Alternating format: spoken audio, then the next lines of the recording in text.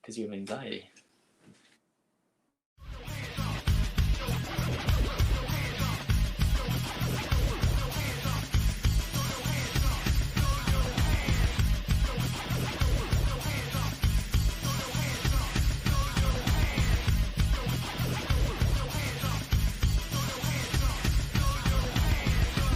It's 12 o'clock in Frisco, Texas, and it's time for Smoker Broker Radio with Robert Mesh, a.k.a. the Smoker Broker.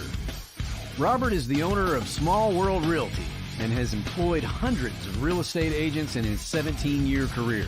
He has instructed and mentored over 10,000 real estate agents at the highly acclaimed Champions School of Real Estate and is considered an expert in Texas residential realty.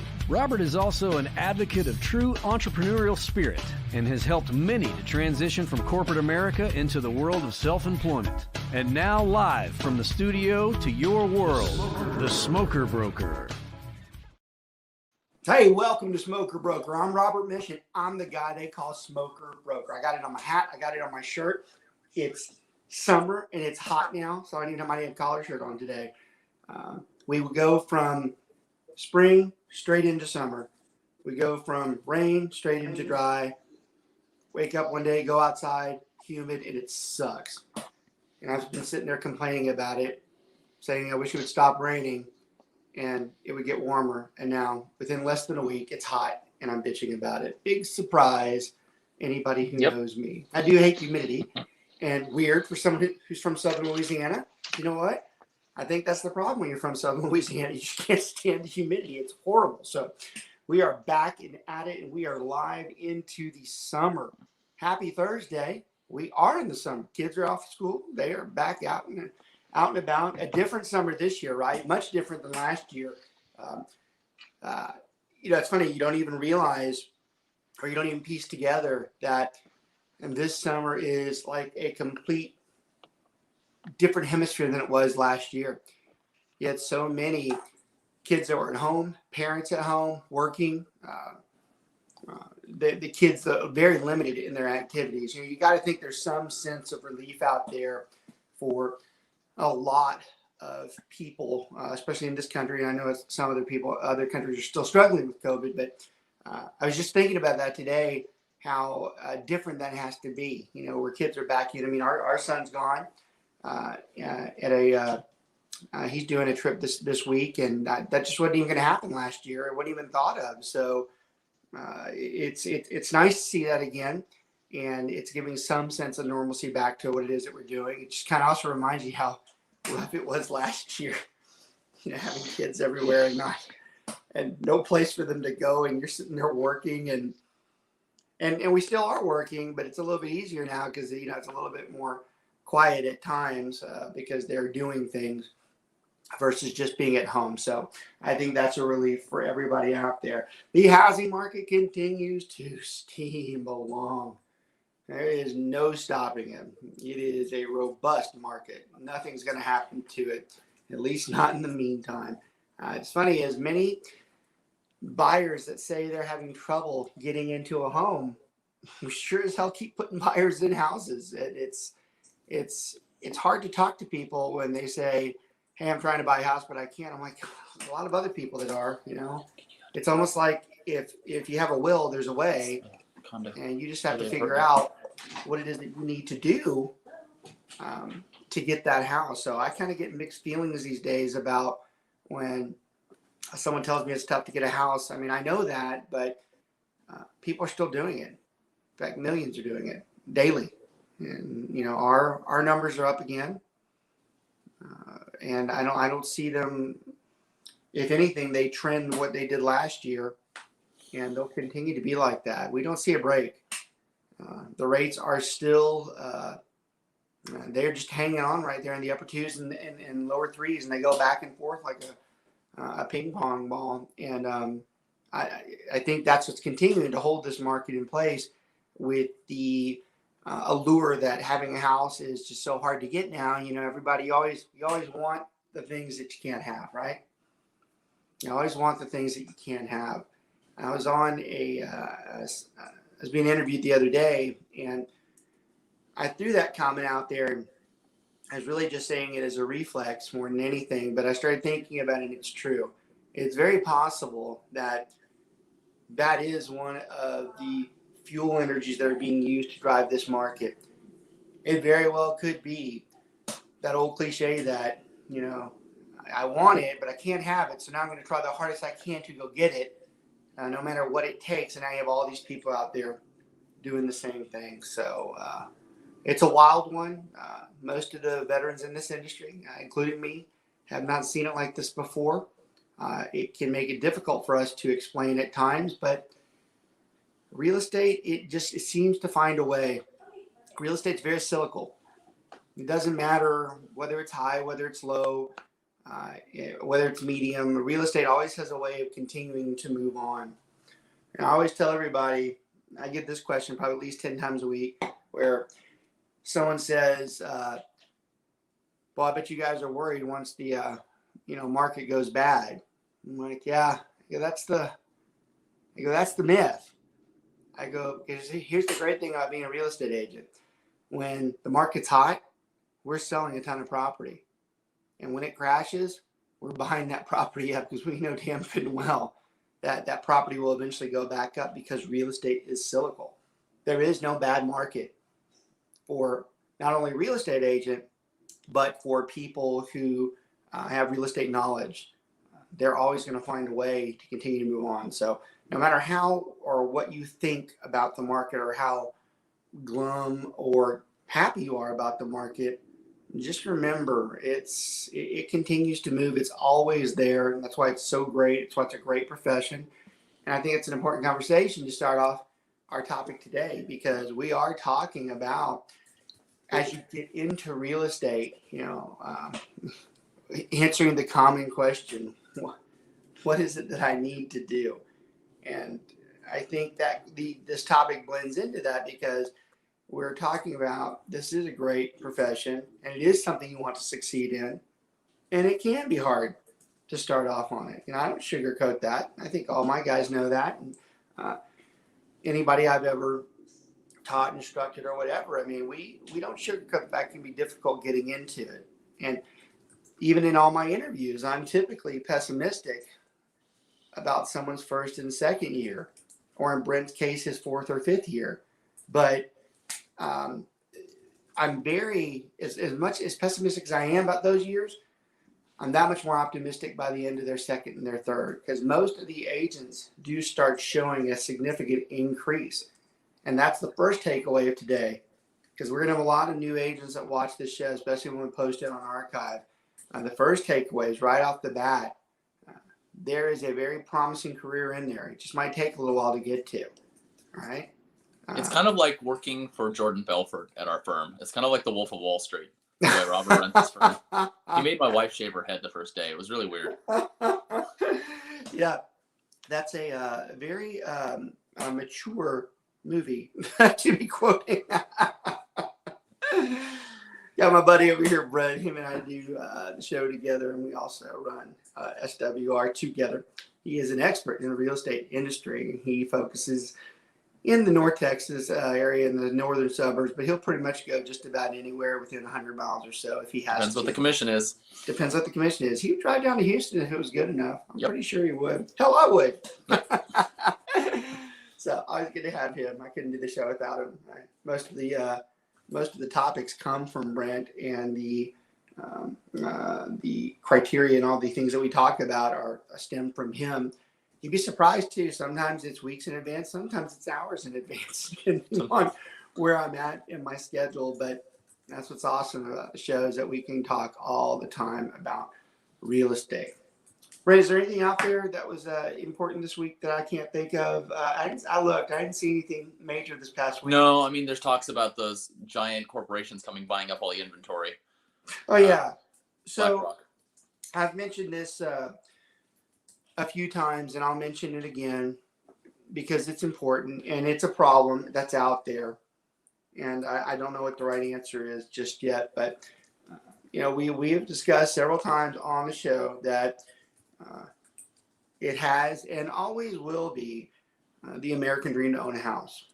Most people say one of the things great about being in this country is that you can't own your own home. Okay. And this is the first time in a long time that dream's threatened. It's threatened right now because that's not necessarily true. It used to be where if you could have good credit and good income, that you should be able to buy a house, and that's just not true right now because of what Brent's talking about. There are some people out there that are starting to pull together and buy up massive amounts of houses because for overpriced too, they can do it. 50% over. What's that? They're paying 50% over, which they know they can pay it.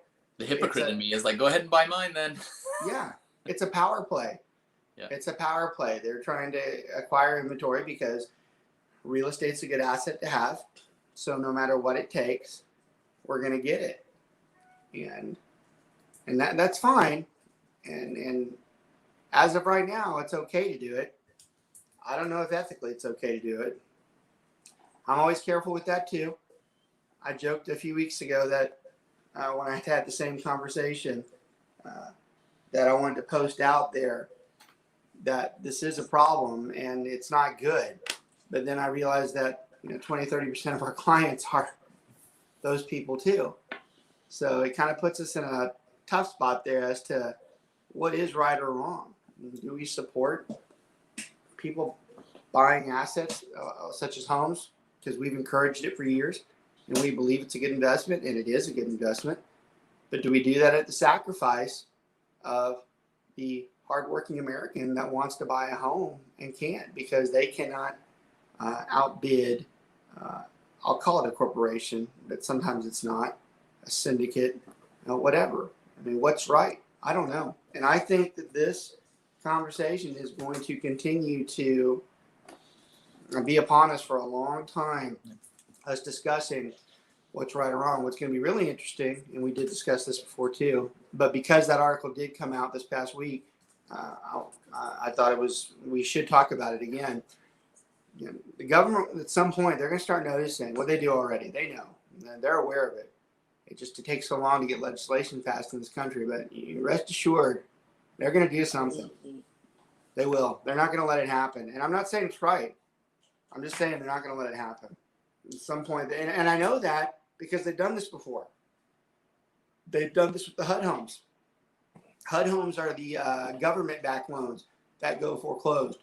So when you have an FHA or a VA and the buyer defaults, it goes back to the government under the HUD program. And the government resells those homes typically at a discount. Well, years ago, investors caught on to that. They knew that they were getting at least a 30% markdown on a home. So they started buying it up. Well, the program was intended to give those homes to first-time home buyers. And they started realizing it wasn't first-time home buyers that were buying it because they were being outbid by investors, which is pretty much what's happening right now. So what did the government go and do? They went in there and said there will be an owner occupancy clause, meaning you cannot buy that house unless you are going to be the owner occupant and you are going to live there for at least 9 months. Yep. Or 1 year. Actually, I can't remember if it might be 1 year. No, now it's a year. So 1 year. And if they've done it before, they can do it again. And my guess is when it affects this many people, I think they're going to be more persuasive this time around than they have been. I'm actually kind of surprised there's not already push legislation going through for an immediate stop to this. I'm not saying I like it. I'm not saying it's right. I'm not saying it's wrong. I'm just saying it's coming.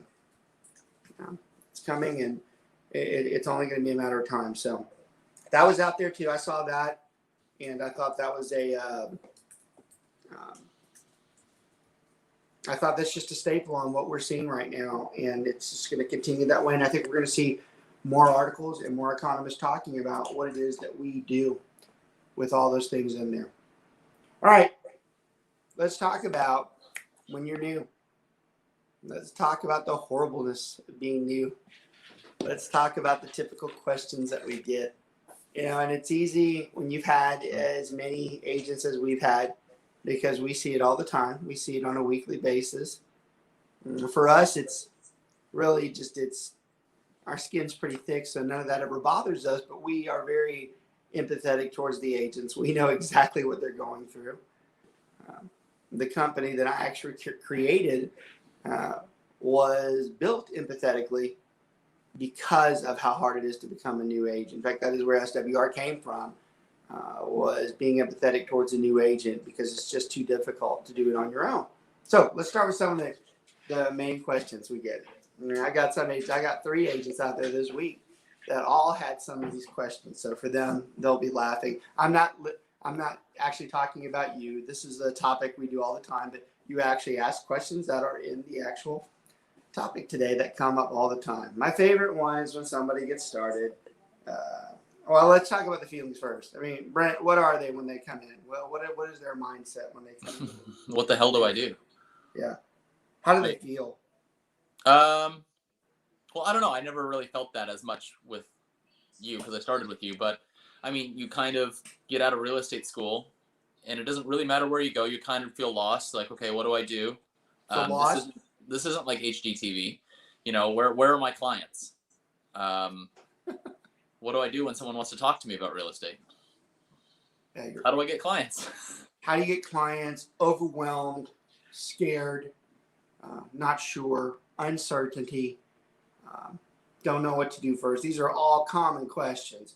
And as someone who's new, when they come in, that is completely normal to feel that way. In fact, if you don't, I worry about you because you should be feeling those things because there's just so much stuff out there. It is an overwhelming industry. But look, when you have people that have done it for, 11 or so years, like Brent, 21 years for me. I mean, we still to this day have to pause on certain things, which means it's never a stop. We keep learning, and it means that you're not going to learn on the first day, and you might not ever learn for a long time. So it's okay to feel like these things. You're not supposed to be an expert in the beginning. I've made this comment on several episodes throughout the years, and I still stand by it. But when it comes to experience, honestly, a lot of the agents, and don't take this bad if you're one of them, but even the agents under 5 years, they're not so experienced. I mean, if you look at how many deals they've done in that amount of time, most of them haven't crossed 30. No. And that's just not a lot of houses. There's very few home or deals that are cookie cutter in a way. You know, if you just do the same type, then you'll be okay. But as soon as something different happens, which is all the time. Well, you know how I feel too, and this is a good takeaway from today's show too. My agents are well aware that I have never been a fan of teaching someone basic 101 contract. I am well aware there is no such thing as 101. It doesn't happen. There's no contract that's 101. There's always something wrong with it. I can't remember the last time I looked at a contract and went, we're good, or a deal, and then we had no problems. There's always something wrong. There's always something weird. Here's another takeaway. Tons of takeaways from the show today. We always get the agents. This is a good one too, especially if you're new. We always get the agents who are like, why does this always happen to me? And it seems like all the bad things happen to me. I got news for you. It happens to all of us. All of us have these things. You are. I said not that isolated. so many times. I remember specifically thinking, why do I get all the bad ones? Why do I get all the weird ones? And I thought it was just me. Yeah. There's nothing special about any of us. We all get the crap. My mom said there was something special about me. She said that all right, in more ways than one. So it's not just you, okay? It's not just you, and you have to start understanding that first, because the sooner you start grasping hold of that that's not the issue, then you start realizing, what do I need to do to fix it, okay? And you start accepting it, right? So acceptance becomes one of the first things that you have to start looking at.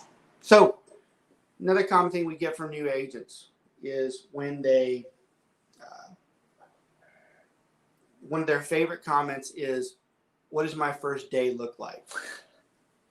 Right. That's a question I make fun of, right? You would ask that in any industry, though, you know? True. That's a good point. You could. And it's silly because this is not an industry nor a job that is going to take a daily routine for quite some time. Now, I'm going to put an asterisk on this conversation. There are a lot of my fellow brokers that don't like it when I have this conversation because they don't agree with me. They actually believe there is a first schedule from day one, day two, day three. I just don't think it pans out that way. Am I saying you can't do it? No, right? That'd be great, but I just don't think it works that way. I think your first year is so filled with getting clients and learning how to do it and so sporadic that you really can never say any day is the same. Now, are there consistent things in each of those days that should be done? Sure. Yeah, that can be said. But to start off going, what do I do first on my first day? That question really should be, what do I do my first 6 months? Right. Okay. Because I think a lot of agents, when they get in, they think that, okay, I got to go get clients, and those clients are going to be ready to buy or sell right now. And that usually is not how it works. You get somebody, and within the next 6 months to a year to 2 years is when they're ready to move. You're planting those seeds early, and you're going to reap it a lot later. So that's where the work comes in, but they may not see the reward. And you'll probably touch on it later, but then when agents quit, that's when that would have worked if they just stuck in a little bit longer. Yeah. There's a lot of truth to that. And that's why you've got to break it into, what do I need to be doing over the first month or so to get started? So when we start talking about those types of things, Brent, what should they be looking at as they start going through some of that stuff? As far as like exposure, getting themselves out there? Yeah, I mean, what should they start doing? Where should they start? We got to give them some type of... the very first thing is start with your friends and family. You know? What's that? Are you talking like reaching out to your friends and family? I mean, that would be the first thing. It's the easiest thing. Well, unless you have a bad relationship. You know, you don't want to talk to them, but, you know, your immediate sphere of influence is the first place to start. You know, you may get a few actually quick deals out of that. You know, I personally haven't gotten a ton of referrals from family, but I've gotten a lot more from friends. And then, you know, getting yourself out there, getting involved in your neighborhood, getting involved in networking, just putting it out there that what you do, volunteer with groups, get involved, and just meet more people. Just that's the biggest thing, is meeting people and letting them know what you do. It really goes into the old Nike saying, which I like it. I don't care for Nike too much, but I do like the just do it. That's one of my favorite quotes. It's so simplistic, but it pretty much is saying exactly what should happen. Just do it. Stop talking about it. This is a big takeaway from the show today too. In fact, this is the number one takeaway for a new agent. Just do it. Okay? Don't tell me about it. Don't tell me what you're going to do, where you're going to be, what you're going to want. Just do it. Okay? This is the phenomenon where you have the agent that starts off slow, and you ask them how it's going. They're like, well, I'm still getting my database set. Yep. They say that on week 1. And then you ask them 6 weeks later, and they're like, well, I'm still working on my database. Yep.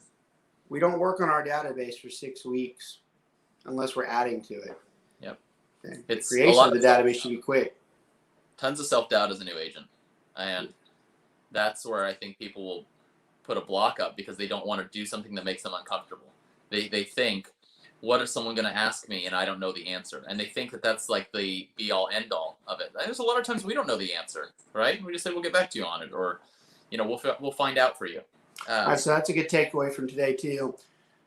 We train our crew very similar, and for others that are watching, we don't mind sharing.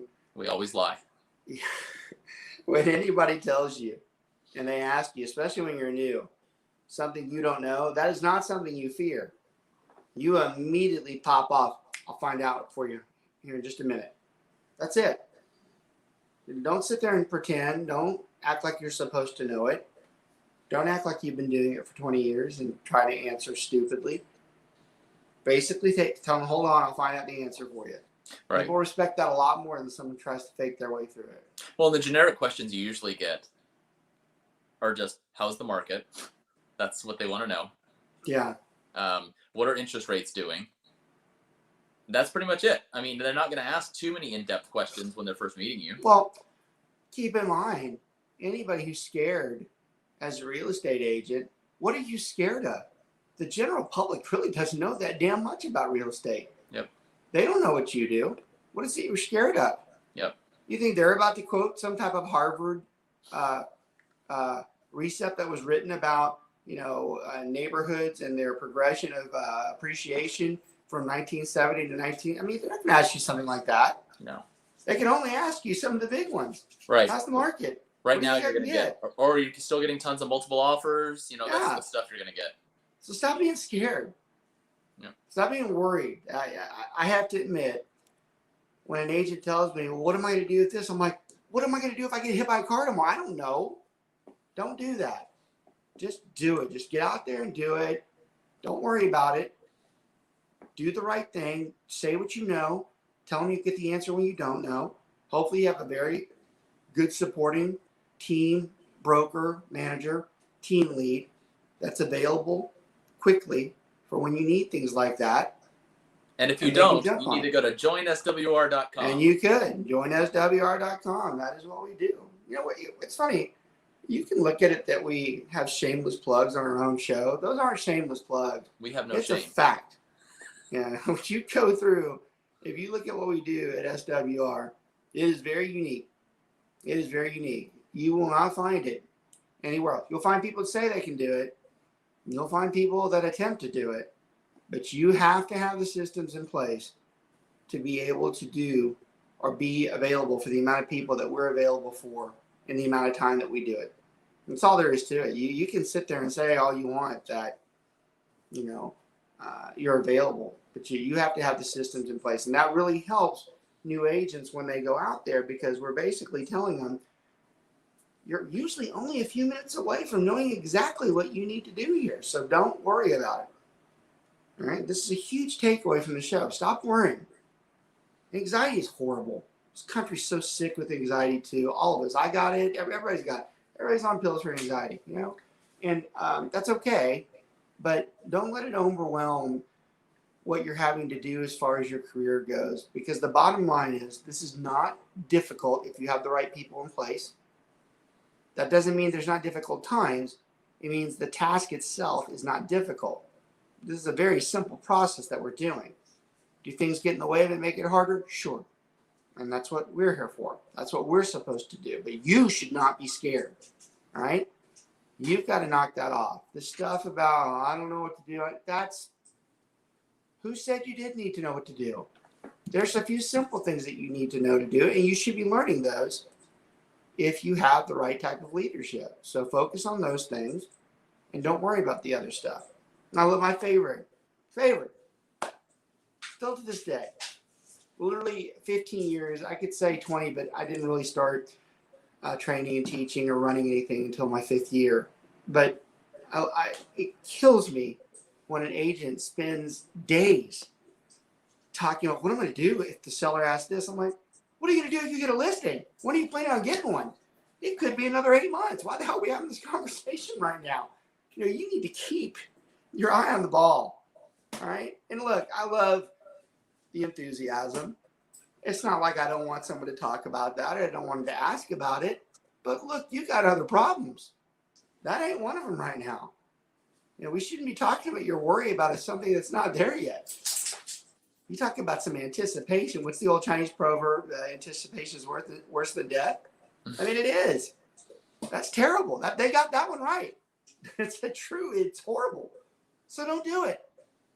Worry about what you got in front of you right now. Worry about the things you need to do to get up and going.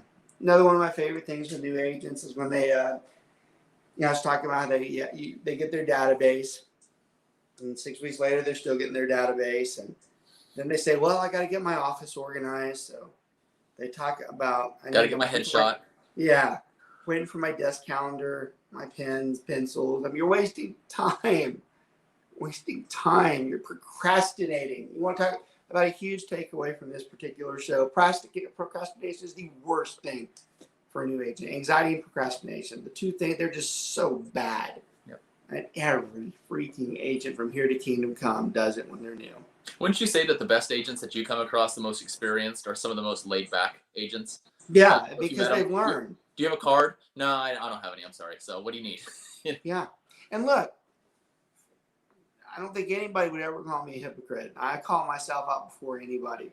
And there is no one more nervous than me when I first started.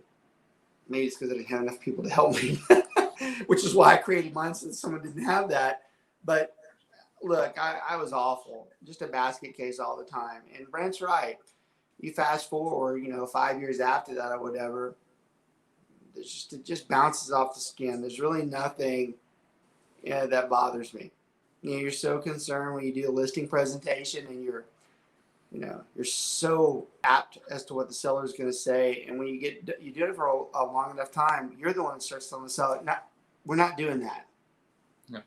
This is how it's going to, it's hard to do that when you're new. But that eliminates most of your problems down the road, because that goes back into our other show where we talked about setting expectations. And when you kind of take command of the room, your problems go way down because you set that expectation. Well, I've come to learn that I think the clients, at least most of them, I think it comforts them when they see that. Mm-hmm. Because they're like, I don't know why you talk to me like that. You must know something. Well, if you were dealing with an attorney and the attorney was wishy-washy and seemed not very confident, that wouldn't give you the best taste in your mouth. That's a great analogy. That is. So I like that. I do. If you're interviewing an attorney. It's my first case. Yeah. Yeah, he's over there. He or she's over there. Well, I don't know. Would you want me to do this? They don't like that. No. That doesn't comfort them, It's kind of like reminds me of my cousin Benny when he's asking him, he goes, how many murder cases have you had? This is my first. Have you done this very often? No, I just graduated school. I mean, it's just not a very confident, it's not a building confidence type of thing, right? Yep. That's good, Brent. That's a good one. I never thought of it like that, but that's pretty good. Brent started turning to the opening as to what is it that we do, what is that we need to do, So he was kind of giving a very general conversation, but it really can be summed up in you've got. He said it, and I just like to rephrase it. You've got to pound the pavement. You got to get out there, and that takes many forms. Getting out there is not just meeting people; it's how you meet people. Yep. So we've had a couple of agents this past week who I'm just super impressed with, because that's their mentality right now. Their mentality is, I got to get going. And they know who they are. And I'm going to tell you right now that you are way ahead of most of them. Because that's exactly the type of attitude you're supposed to have as a new agent. I need to get going. I don't want to be waiting. Yep. There's that whole thing about 10% of agents do 90% of the work. Yep. That 10%, those are the ones that are like, I don't want to be waiting on my cards. I don't want to be waiting on this. I need to get going. Mm-hmm. And we got a couple of them this week, and I love that. It makes me feel good. Doesn't make me feel good because I didn't recruit them. You did what? I didn't recruit them. Doesn't make me feel good. You need to try harder. I know. Actually, a couple of those are my recruits either. They're actually within inside the firm. The agents brought them in. So Nice. Yeah, maybe we should let them do it. Let's go on vacation. So yeah, you got to get out there. You got to do it. Yeah, you've got to start wielding your way, coming up with a game plan as to where I'm going to be. So we're not going to get into lead gen because that's a show in itself, because we are talking about what do I do when I first get started. So the conversation is general in nature, but I'm going to tell you right now, I've got a list of places that I want to go see that I can start going to on a regular basis. Now, I'm going to start looking at, can I go to what are the city events right now? What city events are out there? Yeah. What type of volunteer activities do I do already that I can be more involved in? What type of activities such as events that are going on in the community that I can be involved in or that I could help or support, I'm looking at those because that's the first way you get your name out there. You start talking to people. Now, everybody who knows me, I'm huge on networking. I'm still not even the biggest fan of the more modern way of purchasing leads because I just think they're too cold, even though you still have to do it to some extent. To me, lead gen is really centered around meeting people and getting out there and showing people that you know what it is that you're doing and that you're actively involved. And the longer you wait, the longer it's going to be for you to pick up somebody. Because remember, those events, you don't typically pick up somebody right then and there. You usually pick them up the 6th or 7th time that they've met you and they got to know you. And they start passing your name around. Okay? So I think that's another issue that a lot of people have. They don't realize that this isn't something that happens overnight. We talk to people all the time about mailers. And the professional marketers will tell you it takes an average of 7 months for you to send 2 mailers a month to the same address before you become worthy of trash, which means on that 7th month, after they've seen 2 mailers from you for the past 7 months, they're finally like, hey, that Brent guy sent us something else again. And they throw it in the trash. 7 months just so they can remember his damn name. Right, and the cost to a new agent, that can be a lot. You know, you don't have any money, no income's coming in yet, and it's a commitment to be mailing that out twice a month. It's not So that's cheap. a good takeaway too. I'll give you something else today as a tip. I don't think you should be sending out 5,000 mailers. No. I think you should pick an area, a small one, preferably where you live, if it's not induced with other agents. And I think you start there and you start perfecting that area. Expertise in small target marketing. And I believe that you really shouldn't be jumping around to other areas until you can show that you're good in one area already. Because to me, it doesn't make sense. Why am I going to go there if I haven't been able to do it here yet? So, and take that with a grain of salt. That doesn't mean that you just ignore everybody else. I just think if you're going to have a concentrated marketing plan, that you should be focusing on one area and start figuring out what works. Because whatever works there should work somewhere else. And whatever doesn't work there, it's not going to work somewhere else either. So why waste the time in 2 neighborhoods? So that's a big takeaway too. In fact, a lot of people don't know it. I get it every once in a while. People ask where did the name Small World Realty come from. That's what SWR stands for. And I'm Favorite like, ride at Disney World. What's that? His favorite ride at Disney World. Yeah, it is not. It is the worst ride at Disney World. And that is not where the name came from. And trust me, we know because when we went through trademark, the folks at Disney were very abrupt about that cannot be ever confused.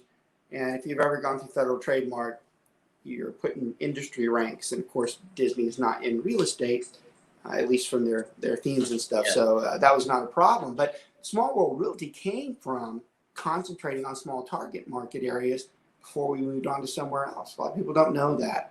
And of course, the world part was in there just because if I ever wanted to move it in other places, I didn't want to have the old Lone Star Realty or Bluebonnet Realty or Come and Get It Realty in somewhere like Massachusetts. It's just a little difficult to have that type of real estate company. So that's always a fun story too about the name generation. I always tell everybody it took over 32 names for me to pick up Small World Realty because there were so many others that were out there. You just don't know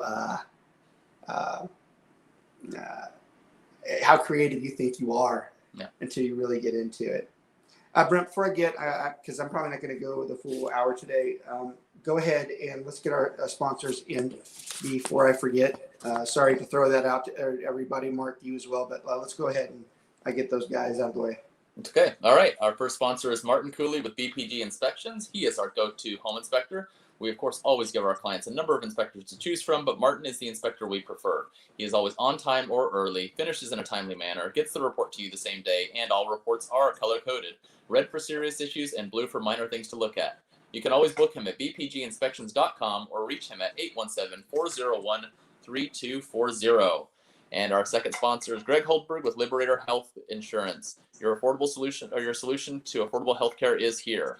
Join the Liberator movement and take control of your healthcare. Customize your healthcare plan to fit your healthcare and budget needs. Use any doctor or hospital without a penalty, in or out of network. Teladoc is included in all plans, no annual deductibles, and no copay.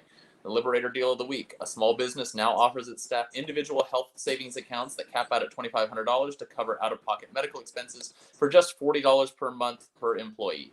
As an independent agency, Liberator is committed to transforming healthcare in Texas through innovative healthcare plans that are affordable and rich in benefits. For more information and to get a quick quote, call or text Greg Holdberg, independent health insurance broker, at 214-886-4688 or visit them at liberatorhealthinsurance.com. Thank you. Guys, love it. Love the sponsors and everybody out there. Guys, I have to cut it short today. The schedule is really rough for the next couple of days. So believe it or not, 15 minutes is important to me today. So I'm going to have to cut it short on today. But I want to thank everybody out there for watching. Keep passing this on. Great show for new agents. We will see you next Thursday.